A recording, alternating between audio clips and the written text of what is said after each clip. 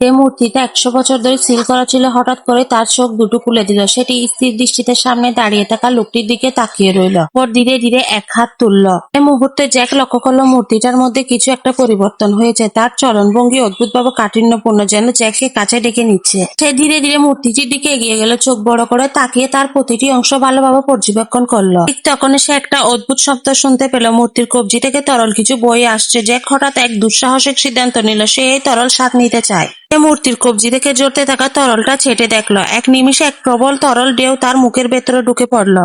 Jack অবাক হয়ে গেল। তরলটার স্বাদ তার কাছে ভীষণ পরিচিত লাগলো। পরের মুহূর্তে তার মস্তিষ্কের ভিতরে প্রতিধ্বনিত হলো এক প্রাচীন কণ্ঠস্বর। তখনই দূর থেকে জন অনুভব করলো কিছু একটা গন্ডগোল হয়েছে। তার মনে হলো কেউ যেন তাদের পারিবারিক নিষিদ্ধ ভূমিতে প্রবেশ করেছে। দিকে জ্যাকের চোখ পুরোপুরি রক্তলাল হয়ে গেছে। অসংখ্য ভয়ঙ্কর দৃশ্য একের পর এক তার মনে হচ্ছে।